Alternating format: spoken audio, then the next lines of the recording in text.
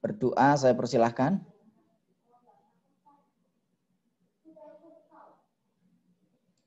Cukup. Hari ini nanti kita akan membahas tentang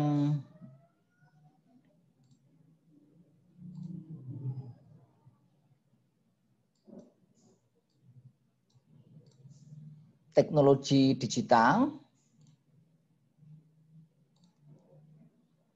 Semoga nanti materi ini bisa menambah wawasan bagi kita semua terhadap materi transformasi digital yang nanti akan kita bahas secara lebih mendalam. Sebelum kita mulai, ya, tujuan dari kuliah ini harapannya yang masih bingung, ya, nanti ke depan itu bisa menjadi lebih jelas, ya. Nah, kita mulai pokok bahasan kita dari sistem analog dulu. Jadi sebelum sistem digital muncul, itu didahului oleh sistem yang namanya adalah sistem analog. Apa itu sistem analog? Sistem analog itu adalah sistem yang bentuk sinyalnya itu continuous. Maksudnya continuous apa? Dia sepanjang waktu, ini kalau saya gambarkan dalam bentuk grafik, sepanjang waktu T, dia selalu mempunyai nilai. Ini amplitudenya selalu mempunyai nilai. Untuk grafik sistem analog itu bermacam-macam, ada yang bentuk sinusoidal, ada yang bentuk sinyal seperti ini, ada yang bentuknya sinyal ini ya, eksponensial, ada yang bentuknya linier, ada yang bentuknya bermacam-macam untuk sinyal analog. Jadi yang namanya analog itu dia sistemnya kontinu. Apa yang kontinu? Yaitu amplitudo. Amplitudo bisa tegangan, bisa suhu, bisa arus, bisa tinggi badan, atau apapun. Jadi besaran-besaran yang nanti itu direpresentasikan dalam bentuk analog. Dari penjelasan ini bisa difahami ini untuk sistem analog itu seperti apa?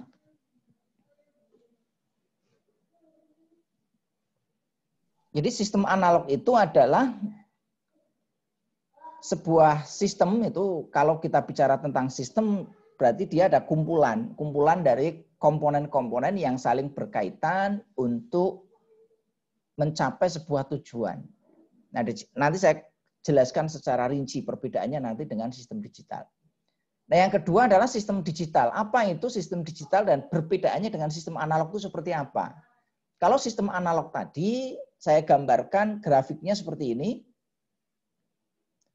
Bisa bermacam-macam tadi ya, bisa eksponensial, bisa sinusoidal, bisa logaritmik, bisa apa namanya linier maupun grafik-grafik yang lain.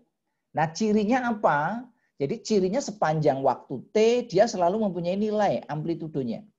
Amplitudo itu apa? Bisa bermacam-macam besaran. Kalau saya gambarkan tegangan ya bisa tegangan. Kalau saya gambarkan arus bisa arus. Kalau saya gambarkan suhu bisa suhu. Kalau saya gambarkan tekanan atau pressure ya bisa pressure. Kalau saya gambarkan di situ adalah besaran panjang ya bisa panjang. Sepanjang waktu dia selalu mempunyai nilai. Itu adalah besaran analog. Nah, berbeda dengan besaran yang sifatnya digital. Kalau digital dia sifatnya diskrit. Apa yang dimaksud dengan diskrit? Dia itu putus-putus. Apa yang dimaksud dengan putus-putus? Dia hanya memiliki nilai pada suatu saat tertentu aja. Misalkan di sini 0, ini adalah 0, ini T1, ini T2, ini T3. Maka dia akan mempunyai nilai pada saat 0 sampai T1. Demikian juga seterusnya, dia akan mempunyai nilai pada interval T2 sampai T3. Pada saat T1 sampai T2, dia nggak mempunyai nilai atau 0 nilainya. Nah, oleh karena itu ini disebut sebagai diskrit. Dia terputus. Sinyal satu dengan sinyal yang kedua, ini satu, ini yang kedua, dia terputus. Bisa difahami? Untuk penjelasan mengenai sinyal digital. Nah, bedanya apa ya tadi ya? Kalau sinyal analog itu dia kontinu, sifatnya kontinu. Kalau diskrit itu dia terputus-putus. istilah terputus itu sering digunakan istilah di sini menggunakan diskrit. Nah, apa yang dimaksud dengan teknologi digital? Teknologi digital adalah teknologi yang dilihat dari pengoperasionalannya, ya, tidak lagi menggunakan tenaga manusia. Teknologi digital pada dasarnya hanyalah sistem penghitung yang sangat cepat, ya, yang memproses semua bentuk informasi sebagai nilai numerik atau kode-kode digital.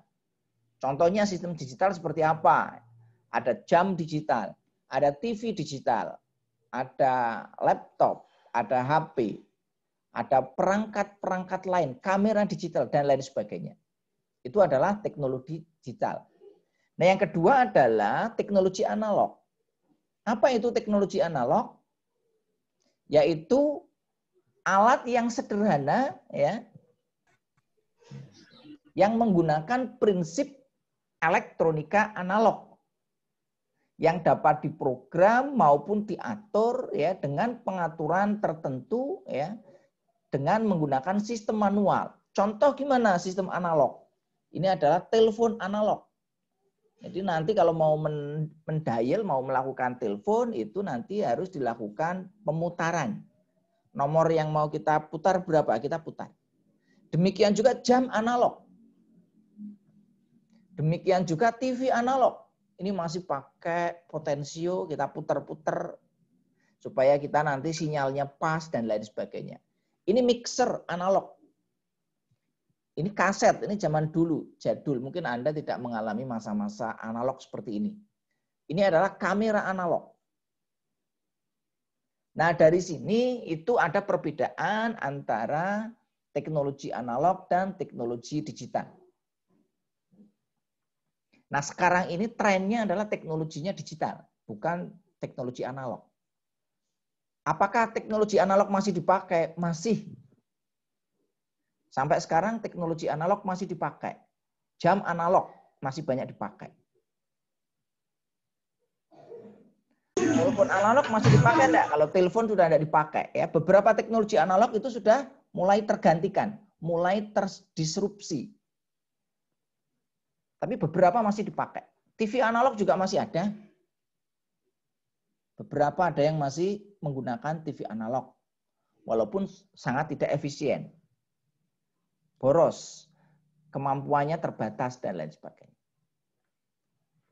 Nah, apa yang dimaksud dengan sistem digital? Sistem digital adalah sistem elektronika yang setiap rangkaian penyusunnya melakukan pengolahan sinyal digital atau diskrit tadi. Nah, sinyal diskrit itu ditandai dengan karakteristik off dan on, mati dan hidup. Jadi dia hanya punya dua kondisi, on atau off. Logika ini seperti logika digital. Maksudnya apa? Ya, kita hanya mengenal baik buruk. Kita mengenal benar salah. Kita mengenal pagi siang. Kita mengenal siang malam. Hanya dua aja. Itu logika yang dibangun di dalam sistem digital. Hitam putih. Tidak ada abu-abu karena digital. Nah, sistem digital terdiri dari beberapa rangkaian digital atau rangkaian logika, komponen elektronika, dan elemen gerbang logika untuk suatu tujuan, ya, biasanya nanti digunakan untuk pengalian tenaga.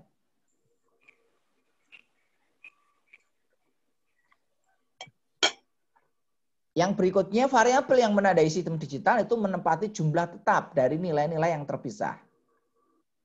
Nanti kita lihat beberapa contoh. Nah, di dalam perhitungan biner, ya, nanti kita akan gunakan bilangan biner. Karena kita berkaitan dengan digital, maka kita kenal bilangan biner, yaitu bilangan yang hanya mengenal angka 0 dan 1. Contohnya nanti adalah komputer digital. Itu kita menggunakan bilangan biner. Komputer hanya bisa membaca input 0 dan 1. Kok bisa Pak dia membaca tidak 01? Nanti dikonversi. Dikonversi dari input yang bukan 01 dikonversi menjadi angka 0 dan 1. Nah, ini adalah untuk sinyal digital ini adalah sinyal digital yang ideal, ini adalah sinyal digital yang realitinya. Sinyal digital yang ideal ya dia itu bentuknya pulsa. Kalau tidak 0, 1. Tetapi dalam realitanya untuk membentuk pulsa yang seperti ini sangat sulit. Kenapa kok sangat sulit? Ya, karena di sini kita bisa lihat pada suatu saat tertentu dia menempati dua nilai. Ini dia mempunyai dua nilai ini di sini. Ini dan ini ya, atas. Ini mempunyai dua nilai. Nah, sebenarnya nanti konsep di sini secara realnya nanti tidak bentuknya kotak sempurna seperti itu, tetapi nanti ada yang namanya transient.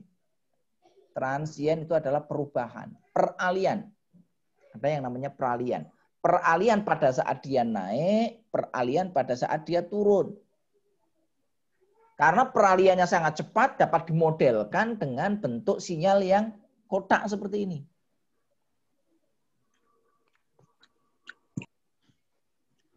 Ini yang berkaitan dengan digital.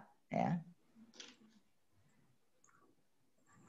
Nah, apa keunggulan dari sistem digital? Kenapa sekarang itu trennya mengarah ke sistem digital? Yang pertama, yaitu adalah kaitannya dengan cost, biaya. Biayanya lebih hemat, lebih rendah. Kenapa kok lebih hemat, lebih rendah? Karena konsumsi dayanya lebih rendah. Keandalannya lebih baik. Dimensinya lebih kecil. Kalau zaman dulu kita punya HP yang analog itu ukurannya besar. Sekarang mungkin HP analog kalaupun diberi orang nggak mau. Padahal dulu pertama kali muncul HP analog harganya seharga mobil. Pertama kali muncul HP analog itu harganya 25 juta tahun 1990-an. Padahal harga mobil cuma 22 juta. Nah, kita bisa bayangkan. Harga HP analog itu awal kemunculannya harganya seharga mobil. Sekarang mungkin harga HP digital itu semakin murah. Yang berikutnya, kualitasnya lebih baik. Komunikasi nggak bergantung pada jarak. Kalau dulu jaraknya jauh dikit ya trouble. Kita mau pakai apa ke sana? Susah. Dengan menggunakan sinyal analog. TV yang pakai analog ya juga kalau jauh itu nanti sinyalnya banyak semutnya. Radio terlalu jauh banyak ininya. Nah sehingga sekarang dengan konsep digital itu kita mau komunikasi kemanapun tidak ada masalah. Ke Amerika, ke Eropa, ke Cina, ke Thailand, ya, ke Korea, Jepang, Australia, dan lain sebagainya. Nggak terpengaruh oleh jarak. Jaringan digital itu juga sangat ideal digunakan untuk jaringan telekomunikasi data. Jaringan komunikasi data sekarang hampir semuanya pakai digital. Kenapa? Karena noise-nya kecil, gangguannya kecil dibanding dengan analog. Kalau analog itu kalau kita pakai TV analog, hujan itu sudah terganggu. Dengan digital, dengan serat optik. Maka hujan ataupun apa nggak pengaruh. Angin kencang nggak pengaruh, nggak masalah. Apalagi kalau underground. Menyediakan kapasitas transmisi yang besar. Dulu zaman analog itu transmisinya terbatas. Biaya telepon mahal. Sekarang biaya telepon gratis. Hanya pakai pulsa internet. Nah, selain keunggulan, itu juga punya kelemahan. Ya, kelemahannya apa? Hampir semua kejadian di alam semesta ini bentuknya adalah analog. Jarang yang digital. Sehingga kalaupun nanti kita mau menggunakan sistem digital, maka kita harus melakukan konversi. Pemrosesan analog itu lebih sederhana dan cepat untuk kasus-kasus yang kecil. Tapi kalau untuk kasus yang besar, yang kompleks, ya jauh lebih cepat yang digital. Kalau Anda menghitung 3 kali 4 pakai kalkulator lama, lebih baik pakai analog, cepat. Tapi kalau kita udah menghitung ya berapa nilai inverse dari matriks 100 kali 100 pakai analog setengah mati. Nah, sistem digital itu dari sisi perancangannya lebih sulit dibanding dengan analog. Tapi pengembangannya lebih mudah. Jadi kalau membuat sistem digital ya maka karena sudah terbiasa dengan analog kita harus beralih. Ini kelemahannya. Tapi nggak ada masalah, kelemahan ini bisa kita siasati ya. Bagaimana nanti untuk menggunakan teknologi digital. Nah, perkembangan digital, ini judulnya belum saya rubah, masih salah. Nanti diganti. Ini judulnya perkembangan sistem digital.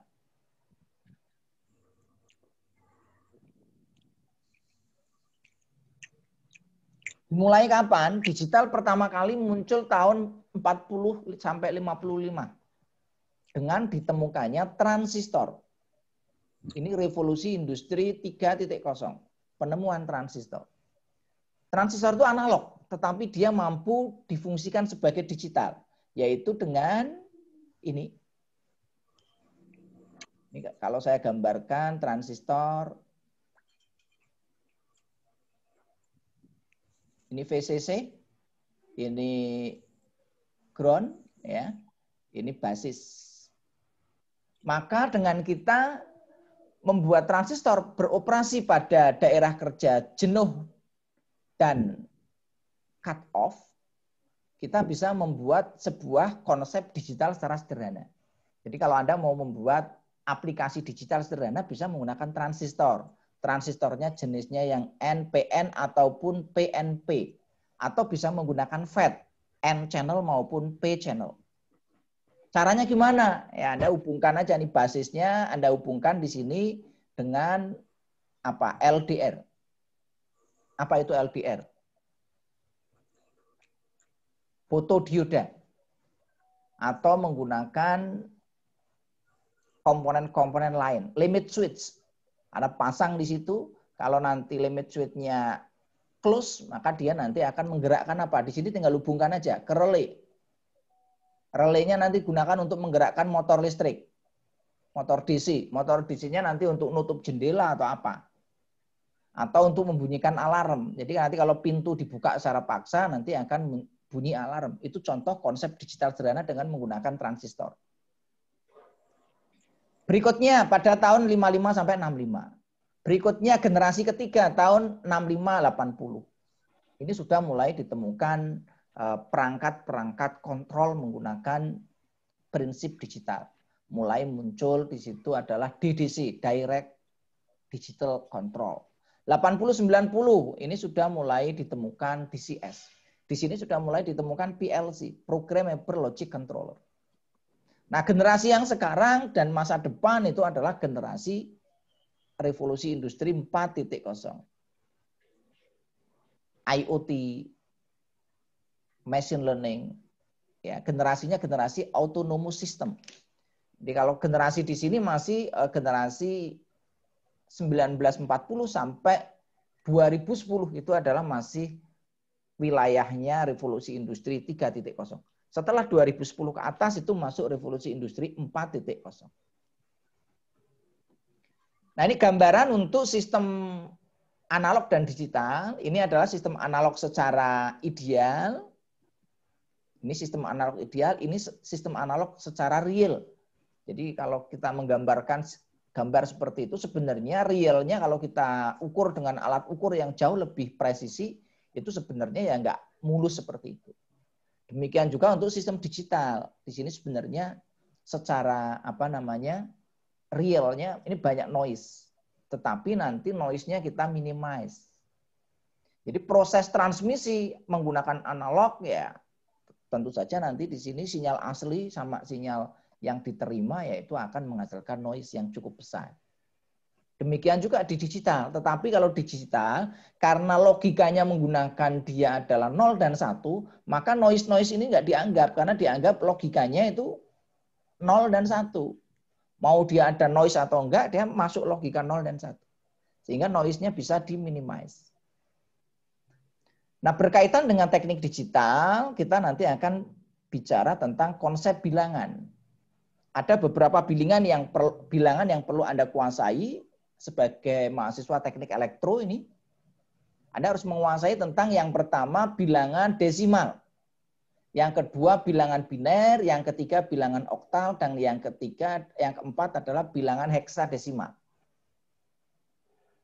Ini nanti akan Anda pelajari di beberapa mata kuliah, terutama yang nanti mengambil mata kuliah teknik kendali. Ada yang ingin mengambil konsentrasi teknik kendali?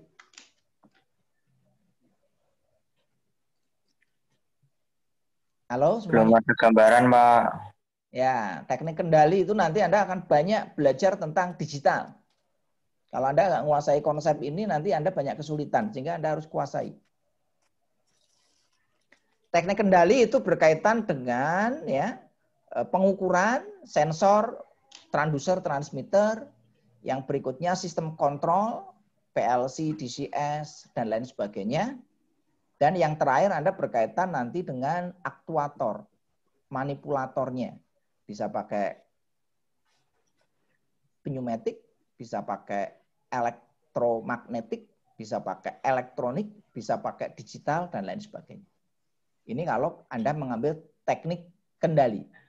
Kalau yang di listrik, ini nggak banyak dibahas, ya. Tapi nanti kalau Anda mau membuat aplikasi teknik listrik dengan menggunakan teknologi digital, ya tetap Anda harus membahas tentang ini.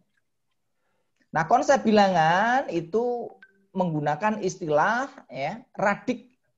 Desimal menggunakan radik 10, biner radiknya 2, oktal radik 8, heksa radik 16. Jadi kalau di desimal angkanya 0 sampai 9. Kalau di biner hanya 0 dan 1, kalau di oktal 0 sampai 7, kalau di heksa itu 0 sampai F. Ini mestinya di SMA udah dibahas, di SMK juga sudah. Contoh bilangan desimal ini, 255, 125, 130, 913, dan lain sebagainya. Kalau biner, ya itu nggak ada angka di atas 1, hanya ada angka ini aja. 101, ya, 110, 0012, 10, dan lain sebagainya. Kalau oktal maksimal 7. Nah, ini contoh untuk konversi dari biner, dari desimal menjadi biner. Angka 0 kalau dibinerkan itu ditulis 00000 4 kali. Nah, nanti untuk ini Anda bisa membaca buku saya ya yang berjudul Teknik Digital. Silakan nanti di-download ya.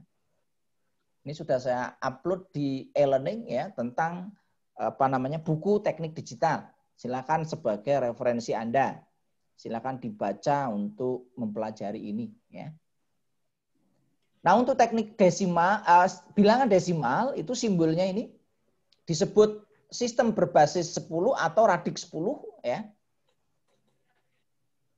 Karakteristiknya nilai 4 ya, place value-nya yang mempunyai bobot sesuai dengan tempat di mana angka digit tersebut berada. Jadi contohnya ya. Jadi kalau bilangan satuan itu 10 pangkat 0. Kalau puluhan pangkat 1, ratusan pangkat 2, ribuan pangkat 3, pangkat 4 puluhan ribu, pangkat 5 ratusan ribu, pangkat 6 jutaan, dan seterusnya. Ini untuk bilangan desimal.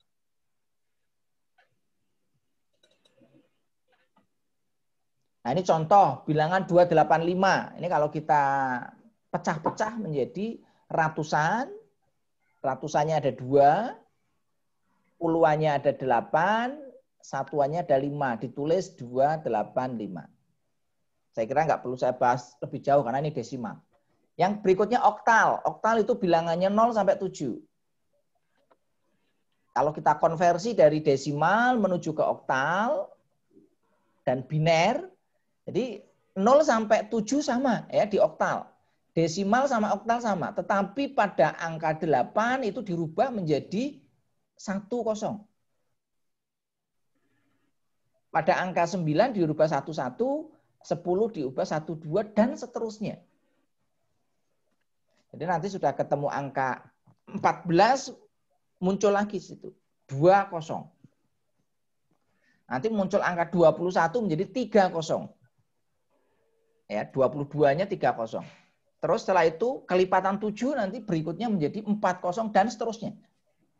Bisa difahami ya sampai di sini untuk bilangan oktal? Coba. Ya. Nah, berikutnya adalah bilangan heksadesimal. Ini saya sampaikan secara cepat. Karena Anda orang elektro, kalau Anda orang non elektro mungkin lebih lambat di sini. Nah, orang elektro kan Anda background-nya dari IPA. Nah, sedangkan bilangan heksadesimal itu dia menggunakan radik 16. Simbolnya tadi dari 0 sampai F. F itu 16. Huruf A itu menandakan 10. B itu 11, C itu 12, D itu 13, E itu 14, dan F itu 15. Nah, biasanya di dalam penulisan kita menggunakan pengelompokan 4 bit. Jadi misalkan 0 itu ditulisnya berapa ya? 0000 gitu ya. Kalau di dalam binernya. Nah, komputer digital ya, HP dan lain sebagainya itu menggunakan sistem digital ya. Nah, ini konversinya menggunakan radik bilangan pengelompokan 44. Jadi kalau 00 itu heksa ditulisnya begini. OA ditulisnya begini. 15 ditulisnya begini. Ini menggunakan pengelompokan 44. Kenapa pakai 44? Biar mudah.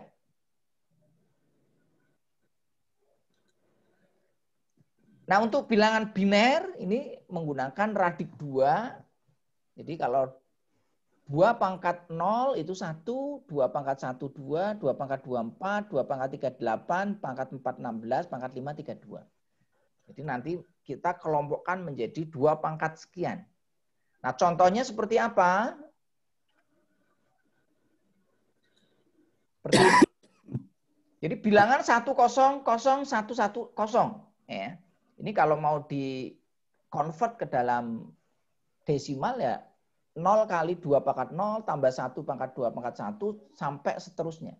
Nah, kita kenal di sini ada MSB dan ada LSB. Apa itu LSB? Yaitu least significant bit. Atau bit yang paling kanan, paling rendah nilainya. Yang berikutnya ada most significant bit. Bit yang paling kiri.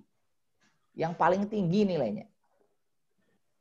Jadi antara yang sebelah kiri dan sebelah kanan itu menyatakan nilainya. Nah, berikutnya adalah tentang konversi bilangan. Ini nggak perlu saya sampaikan secara detail ya. Silakan nanti bisa dibaca materinya di buku saya maupun di presentasi ini ya. Dari desimal ke biner, caranya gimana? Caranya bisa menggunakan berbagai macam cara. Ada yang dibagi dengan 2 ya. Ada yang nanti dikelompokkan menjadi bilangan kelipatannya. Contohnya misalkan 133, 10. Ini mau dikonversi menjadi biner, caranya gimana? Oh, 133 itu dekatnya dengan 128. 128 itu kan 2 pangkat berapa? Pangkat 7. Maka kita bisa tulis di situ berarti. Kan 132. 122 itu 2 pangkat 7. Maka 133 itu berarti ya 100000101. Gampang kalau dengan menggunakan, maka dari itu kita harus tahu kalau di dalam bilangan biner itu kelipatannya adalah 2, 4, 8, 16, 32, 64, 128, 256, 512, 1024 dan lain sebagainya. Ini biasanya ukuran-ukuran memori itu kelipatan dari 2. Yang kedua dengan cara dibagi dengan angka 2, seterusnya nanti sisanya berapa. Nah, ini yang ditulis nanti sisanya. Bisa difahami ya untuk konversi bilangan. Nah, untuk pecahan, nanti kalau pecahan itu harus dikalikan sampai diperoleh nilai 0 di belakang koma. Jadi nanti kalau pecahan harus dikalikan sampai mendapatkan 0 di belakang koma. Contohnya 0,6875. Maka ya dikalikan 2 lagi sampai nanti nggak ketemu nilai 0. Tidak ketemu lagi koma ya. Ini masih ada koma, ini masih ada koma, masih ada koma, sampai di sini komanya 0. Nah, baru ini dituliskan nilainya. Ini untuk konversi bilangan pecah. Yang berikutnya konversi bilangan desimal ke oktal. Caranya sama ya. Ini karena waktunya terbatas ya, saya percepat aja. Caranya tadi sama, dibagi angka 8, ketemu sisa. Nah, ini sisanya ini yang nanti kita gunakan untuk menulis ini. Menulisnya dari bawah ya. Dari MSB menuju LSB, yaitu 746. Jangan kebalik 647, salah. Kalau pecahan gimana? Kalau pecahan kalikan 8 sampai ketemu tidak ada komanya. 0,1875 kali 8, 1,5. Kalikan 8 lagi ya. Sama dengan 4, nggak ada koma, baru selesai. Maka di sini ditulis 0,1875 sama dengan 0,48. Oke ya, bisa difahami sampai di sini? Sekarang kita konversi dari desimal ke heksa. Ini desimal ke heksa. Caranya gimana? Caranya ya dibagi dengan 16, paling gampang. 498 desimal, berapa heksanya? Bagi 16. Sisa berapa? Masih bisa dibagi, bagi 16 lagi, sisanya berapa? Sehingga nanti kita bisa tuliskan. Kalau di sini kita hasilnya adalah 1, 15 itu F, 2. Ya, berarti di sini 498 sama dengan 1 F2. Bisa difahami ya ini? Nah, kalau pecahan gimana? Contohnya 0,5 desimal, berapa heksanya? Ya, dikalikan 16. Kalau dikalikan 16 sudah tidak ada koma ya, langsung berarti itu jadi 0,5 sama dengan 0,8 heksa. Bisa difahami semuanya ini? Bisa, Pak. Oke, yang lain? Nah, sekarang dibalik ya, dibalik dari binar ke desimal. Dari binar ke desimal caranya ya dikalikan aja. Ditambah nanti setelah itu. Yang paling ujung kalikan pangkat 0 ini ya, ini kali pangkat 0, pangkat 1, pangkat 2, pangkat 3, pangkat 4, pangkat 5, pangkat 6. Kalau sudah ketemu nanti dijumlahkan. 64 tambah 0 tambah 16 tambah 0 tambah 4 tambah 2 sama dengan berapa? Ketemunya angka 86. Atau pakai cara cepat juga bisa. Ini maka itu ini Anda harus hafal 2 pangkat 0 sampai 2 pangkat 10 minimal hafal. Nanti tinggal di ini aja. Yang 0 dicorek. Ini kan 0 nih corek, ini corek, tinggal nanti dijumlahkan aja. Ini lebih cepat dibanding dengan cara yang manual tadi. Kalau yang koma gimana? Ya kalikan, ya kan? Sama dengan yang tadi. Kalikan 2 pangkat minus. Kalau yang koma nanti dikalikan 2 pangkat minus. Gampang sekali. Ya. Ini perubahan dari biner menuju ke heksa yang bilangan koma. Kalau yang biner ke oktal gimana? Caranya dibuat 3 digit ya, atau 3 bit. Kalau saya lebih mudahnya pakai ini 3 bit ya. Biner ke heksa sama, dibuat 4 bit. Kalau heksa pakainya 4 bit. Ini nanti penting supaya nanti Anda lebih memudahkan. Kalau kita nanti pakai angka biner yang panjang itu susah untuk konversinya. Tapi kalau dibuat 4 bit mudah. Baik nanti dikonversi ke heksa maupun dikonversi ke desimal. Oktal ke desimal, ya caranya gimana? Ya tinggal kalikan 8 pangkat X. Pangkat 0, pangkat 1, pangkat 2. Ini kan jumlahkan ketemu. Oktal ke biner, ya, gampang aja ya. Dibuat 3 bit. Kalau 6 itu berapa, 2 berapa, 4 berapa. Ini 3 bitnya. Ketemu. Jadi ini panjang, tapi ini disederhanakan. Menggunakan 3 bit tadi. Ini waktu masih 1,5 menit ya. Yang berikutnya heksadesimal ke desimal. Caranya seperti ini. Ya. Heksadesimal ke biner. Caranya seperti ini. Nah, nanti bisa dipelajari lebih lanjut ya. Nah, untuk memudahkan biasanya nanti kita berhubungan dengan kode bilangan. Kode bilangan yang banyak dipakai itu BCD. Yaitu binary code decimal. Contoh yang sering kita pakai misalkan untuk kode-kode BCD seperti ini. Ini nanti di praktek teknik digital, Anda ngambil teknik digital ya. Nanti ada teori dan praktek nanti akan membahas tentang ini lebih detailnya. Dengan cara yang sama dapat dilakukan konversi sebaliknya ya. Kalau 2 ya seperti ini ya. Ini seperti ini. Kelebihannya kalau dengan menggunakan kode BCB itu memudahkan mengubah bilangan desimal ya dan lain sebagainya.